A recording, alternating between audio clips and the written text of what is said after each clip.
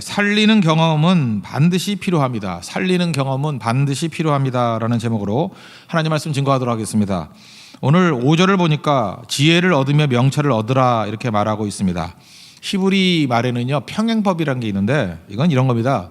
어떤 것을 강조하기 위해서 똑같은 뜻의 단어를 두 개 나열을 하는 것입니다. 그래서 지혜를 얻으며 명철을 얻으라 그럴 때 지혜 따로 명철 따로가 아니라 지혜의 또 다른 명칭을 그냥 명철이라고 부르는 거예요. 같은 얘기를. 그죠? 이제 그런 얘기입니다. 그래서 지혜를 얻으라 이렇게 이해하면 이게 제일 쉽다고 생각을 합니다. 우리 특별히 이런 논문들도 되게 많은데요. 잠언에 나오는 지혜를 예수님으로 보면은 다 해석이 됩니다. 거의 99%.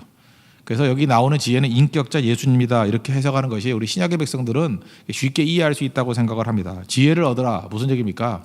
예수님을 얻으라 그런 뜻입니다. 또 다른 말로 하면은 예수님 얻기 위해서 모든 것을 다 지불하라는 것입니다. 7절 보시면 지혜가 제일이니 지혜를 얻으라.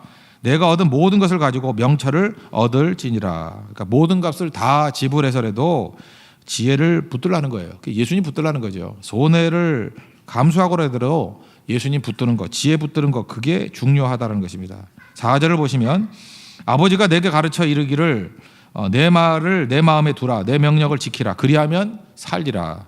그러니까 지혜 없으면 죽는다 그런 뜻입니다. 지혜는 예수님 자체이기 때문에 지혜가 생명을 준다. 이거 꼭 붙들어야 된다. 이걸 말하고 있다는 것입니다. 그래서 오늘 핵심은 지혜를 얻으라.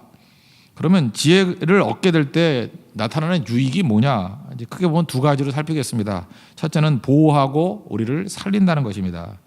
6절을 보십시오. 지혜를 버리지 말라. 그가 너를 보호하리라. 그를 사랑하라. 그가 너를 지키리라. 여러분 자기 자신을 지키는 게 굉장히 중요한 거겠죠. 나를 지키는 것이 뭐냐는 거예요. 돈이 나를 지키느냐? 뭐 일정 부분 그럴 수 있겠지만 돈이 나를 지키는 것도 아닌 것 같고요. 또 학벌이 나를 지키느냐? 뭐 일부분 그렇겠지만 학벌이 뭐 우리를 지킬 수는 없죠. 건강이 우리를 지키느냐? 그거 말도 안 된다는 거 알고 있죠. 그걸로 다 안 됩니다. 세상이 이렇게 만만한 게 아닙니다. 세상을 만만하게 봐서는 안 되는 거죠.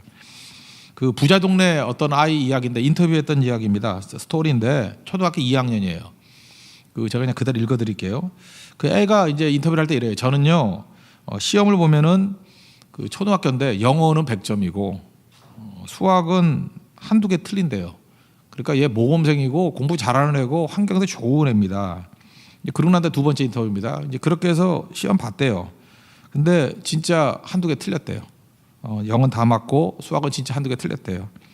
정말 속상했대요. 그래서 너무 속상해서 견딜 수가 없어가지고 죽으려고 자기 아파트 12층 옥상에 올라갔대요. 그래서 뛰어내리려고 그러는데 가만히 생각해 보니까 엄마가 불쌍하더래요. 그래서 안 죽었대요. 이게 인터뷰 내용입니다. 이게 장난 아니에요. 이게 진짜 인터뷰 내용이라고요.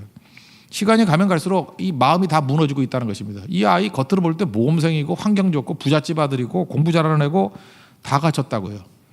이 아이 마음을 돈이 지켜요? 못 지켜요. 학벌이 지켜요? 못 지켜요. 뭘 설명해요? 건강, 부모의 건강이 지켜요? 얘 건강해요.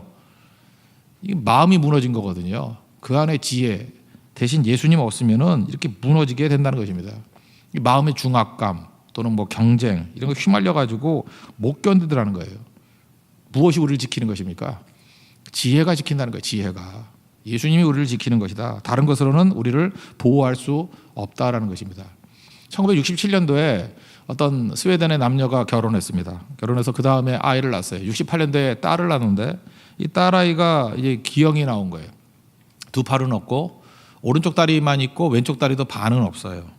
그래서 병원에서 이게 뭐 감당을 못하니까 스웨덴은 또 복지시설이 잘 돼 있잖아요. 이게 보호시설에 맡겨라. 국가가 키워야 된다. 이건 개인이 못 키운다.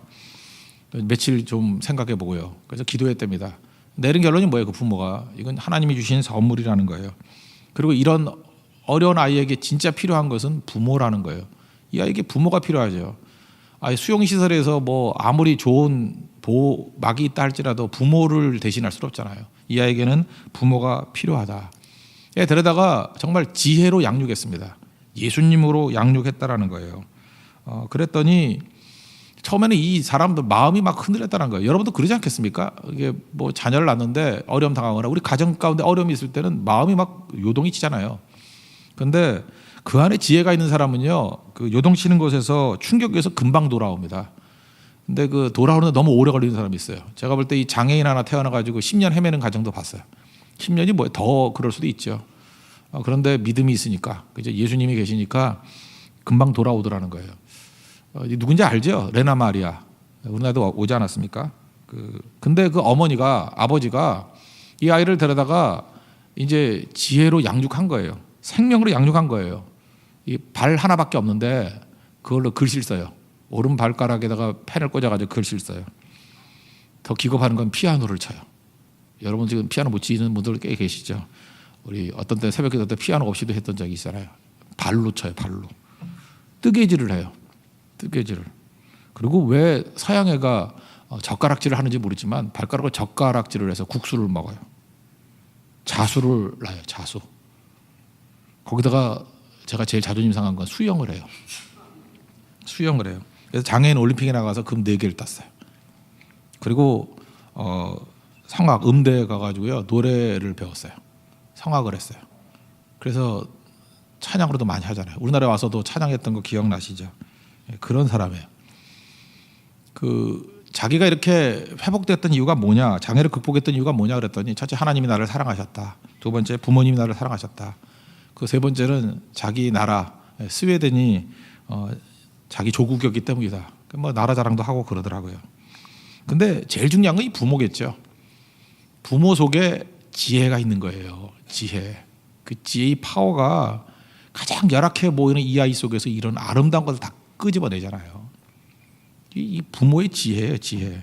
부모가 꼭 필요하다. 이게 수용스들이 질 수 없는 거잖아요. 지혜가 얼마나 우리를 보호해 주는지 아시겠죠? 지혜는 생명입니다. 지금도 여러분들 뭐 남녀지간에 눈 맞았다고 결혼하고 그것도 뭐 할 수는 없겠지만 그게 부모 자격, 가정 이루는 자격이 되는 게 아니에요. 그 안에 예수님이 있어야 돼. 지혜가 있어야 돼요. 지혜 있는, 또 다른 말로 하면 말씀이 있는 부모가 있으면요 그 어떤 것도 다 살려냅니다. 레나 마리아도 살려내고 작품 만들어내잖아요. 결국 환경의 문제 아니에요. 지혜의 문제라고. 지혜 있으면 다 살아나게 된다는 것입니다. 지혜가 힘이에요. 지혜가 예수님이거든요. 예수님이 힘이라고. 저는 적어도 우리 교회가 그런 교회가 되었으면 좋겠습니다. 어떤 사람이 온다 할지라도 그저 그 안에 지혜가 있으면 살려내고 지켜낸다는 거예요. 보호해낸다는 거예요. 그게 생명의 능력입니다. 여러분 그런 부모님 되고 또 그런 성도 되고 그런 가정 되는 우리 은혜의 역사 있기를 축원합니다. 그다음에 두 번째로 지혜의 유익은 뭐냐 하면은 최고가 되게 만든다는 거예요. 오늘 8절 9절 보시면 그가 너를 높이 들리라. 또 그다음에 너를 영화롭게 하리라. 9절 보니까 아름다운 관을 머리에 뭐 두른다. 이런 말씀이 나옵니다. 이 최고 되게 만든다는 거죠. 저는 이렇게 신앙생활을 하면서 이런 생각을 해요. 이게 생명이 없으니까, 지혜가 없으니까 그런 일이 벌어지는데, 이렇게 남녀지간에 사귀잖아요. 뭐 헤어질 수도 있지, 그죠? 헤어질 수도 있는데, 그것도 뭐 충격이겠죠. 그 제3자니까 너무 쉽게 얘기하지 말라 그러는데, 충격이겠죠. 근데 그 충격 가지고 뭐 죽느니 사느니 막 이래요. 막 교회 떠나고. 이런 걸 보면서 이런 생각을 해요. 그것도 좀 수용하고 받아들일 능력이 있어야 되는데 그게 바로 뭐냐면 그게 지혜, 생명의 능력이거든요. 세상 살아보세요. 얼마나 험한 꼴 많이 보는데 그래 마음 다스리는 법을 배우지 못하고 어떻게 이기려고 그래요. 그 정도가 세상인 줄 알아요. 여러분 세상 살아보신 분도 알잖아요. 세상이 얼마나 험한 데인데 정말 얼마나 험한 꼴 많이 보는데 인간같이도 하는 인간들 얼마나 많이 만나야 되는데 마귀가 지배하는 곳인데 근데 그런 것 때문에 그게 흔들려가지고 되나요? 이유가 뭐예요? 그 생명이었기 때문에 그래요. 제가 오늘 한 사람 소개하고 싶습니다. 허브 브룩스라는 감독인데 우연일지도 모르지만 저희 아버님하고 생년월일이 똑같아요. 37년생이에요. 2037년이 아니라 1937년. 네, 근데 이분은 또 소천하셨어요. 2003년에 소천하셨는데 이게 하키 감독이에요. 미국의 하키 감독. 근데 이분이 왜 유명해지냐면 세팅은 이래요. 20년 넘게 러시아가 하키, 이 아이스하키 이거 독주했어, 독주. 미국에는 하키 좋아하잖아요, 그죠? 독주했어요. 그러니까 러시아를 이길 사람이 없었어요, 20년 동안. 근데 그걸 깨고 금메달 땄어요, 미국 대표팀이. 그리고 그것만이 80년대 얘기입니다. 그 다음에 금메달 딴 거. 근데 한번 생각해 보세요. 뭐 금메달 땄다. 미국이 뭐 금메달 뭐 100개 가까이 따잖아요. 그거 뭐 금메달 한두 개 갖고 뭐 신경 쓰는 게 아니고 20년 만에 됐다. 그것 때문에 그러는 게 아니에요. 제가 허브 브룩스라는 감독을 소개하고 싶은 이유가 있다고요. 독특한 메시지가 있기 때문에 그래요. 생명의 메시지. 그게 뭐냐면 이 사람이 선수를 뽑는데 80년대 초반입니다. 최고의 선수를 뽑는 게 아니에요. 최고의 그 하키 프로들을 뽑는 게 아니고 아마추어 선수 비스무리한 사람들 뽑은 거예요. 그래서 뭐 항의를 한 거죠. 사람들이. 아니 최고 선수를 뽑아도 러시아한테 이길까 말까 하는데 그렇게 뽑아가지고 되겠냐고. 그랬더니 허브 브룩스가 했던 얘기가 있어요. 나는 최고의 선수를 뽑는 게 아니라 최고의 팀을 만들려고 그런다. 최고의 선수가 아니라는 거예요. 최고의 팀을 만들려고 그런다. 나는 최고의 팀에 적합한 선수를 뽑을 뿐이다. 그랬어요. 여러분 지금 이 말을 알아들으셔야 돼요. 이 말을 알아듣는 사람은 지혜가 있는 사람이고 이 말이 뭔 소리야? 새벽에 뭔 소리야? 그러면 정말 더럽게도 지혜 없는 사람이에요. 그죠? 최고의 팀을 만들기 위한 적합한 사람을 뽑는다. 이게 지혜예요. 최고의 선수가 모인다고 최고의 팀 안 되는 거 아시죠? 최고가 모인다고 최고팀 되는 게 아니에요. 그 최고의 팀에 녹아 들어갈 수 있는 사람이 그게 최고의 선수라고요. 최고팀의 감독, 최고팀의 주장 되시는 분이 예수님이에요. 예수님하고 조화를 잘 이루고 예수님에게 녹아들 수 있는, 예수님과 함께 할 수 있는 사람이 최고의 팀이 되는 거예요. 근데 우리 많은 사람들이 착각을 하고 있어요 지금. 내가 최고인데 우리 최고끼리 모여보자. 뭐 각 분야의 최고끼리. 못 이겨요. 최고 되시는 예수님과 함께, 지혜와 함께. 그래서 이 허브 브룩스 감독이 유명한 거예요. 거의 그 운영하는 방식이 예수님과 유사해요. 여러분 사업을 하든 무슨 교육을 하든 뭘 하든 간에 이 허브 브룩스 같은 예수님의 지혜를 배워야 돼요. 그러면 최고의 팀이 나옵니다. 능력이 된다는 거예요. 여러분 뭐 선생님 가운데 최고의 선생님 나와야 될 거 아닙니까?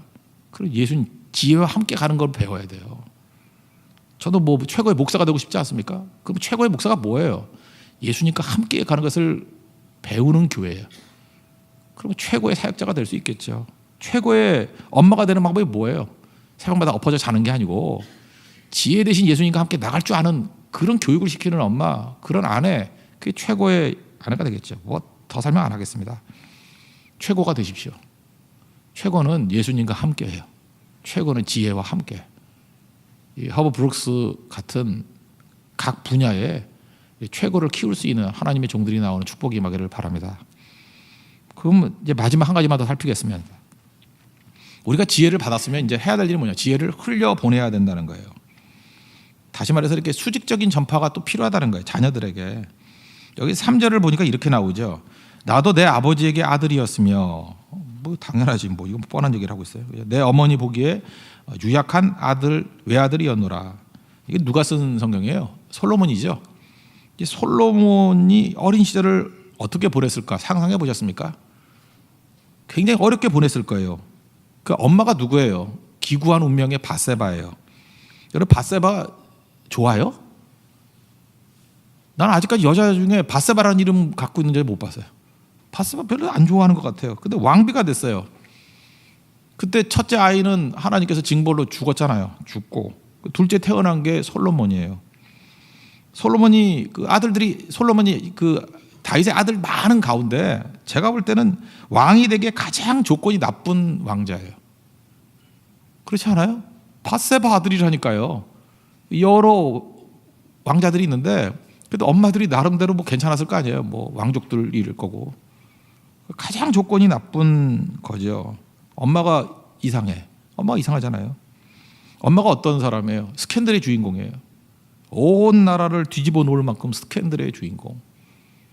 사람들 기억에 다 있잖아요. 근데 여전히 엄마예요. 그리고 사람들이 누구도 이쁘게 안 봐요. 누가 밧세바를 예쁘게 봐주겠어요. 그죠? 마음도 없고. 그런 어머니의 아들이에요. 핸디캡이죠. 여기 보니까 내 어머니 보기에 유약한 외아들이었도다. 이게 유약한 아들, 뭐 병이 많았다 그런 뜻보다는 상처가 많았다는 거죠. 이 마음속에 상처가 많은, 나 정말 상처 많았다. 그죠? 우리 부모님의 러브 스토리가 아름답지 않다 그런 얘기죠. 그래서 하나님께서 은혜 주셔가지고 여기까지 온 거다. 나 상처 투성이다. 그런데 지금 솔로몬이 말하는 게 뭐냐면 지혜가 그 유약함에서 나를 벗어나게 만들었다는 거예요. 그 상처에서 나를 일어나게 만들었다는 거예요. 그러니까 네가 붙들게 뭔지 아냐? 환경 이런 얘기하지 말고 나보다 환경 나쁜 사람이 누가 있겠냐? 물론 왕자가 뭘 환경 나쁘다 그래요. 서로 비교잖아요. 왕자들 사이에서 나보다 조건 나쁜 사람이 누가 있냐? 상처 많은 사람이 누가 있겠니? 근데 지혜를 붙드니까 거기서 일어나게 되더라는 거예요. 그래서 우리 모든 사람들은요, 일어나는 체험을 해야 됩니다. 일어나는 체험.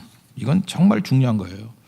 그래서 솔로몬이 그 얘기를 하잖아요. 자기 아들들이겠죠. 너도 그죠? 이 생명을 체험하고 난 다음에 다시 이 지혜 붙들고 일어나는 것들을 경험해야 된다라는 거예요. 이걸 또 다른 말, 신약적인 표현을 하면 뭐죠? 지혜를 붙들고 승리했던 경험이 있는 사람들은 지혜의 증인되라는 거예요. 예수 증인되라는 것과 똑같은 거예요. 증인되라. 우리가 축복을 받았죠. 그 다음에 사명이죠. 우리는 전부 다 살리는 경험을 해야 됩니다. 또 다른 말로 살아난 경험이 있어야 돼요. 내가 살아난 경험이 있어야 돼요. 내가 이렇게 바닥까지 갔다가 그저 이렇게 어려움까지 갔다가 예수님과 함께 살아나는 경험, 지혜와 함께 살아나는 경험이 있지요. 그 경험을 수직적으로는 자식들에게 이게 흘려보내야 된다는 거예요. 여러분, 교육의 핵심이 부모에게 있습니다. 부모가 뭘 바닥에서 일어났던 경험이 있어야 돼요. 수렁에서 일어났던 경험이 있어야 돼요. 좌절에서 일어났던 경험이 있어야 돼요. 그래서 살아난 경험, 살리는 경험, 그러고 난 다음에 자식들에게 그걸 흘려보내는 거예요. 이게 뭐 비단 자식들이겠습니까?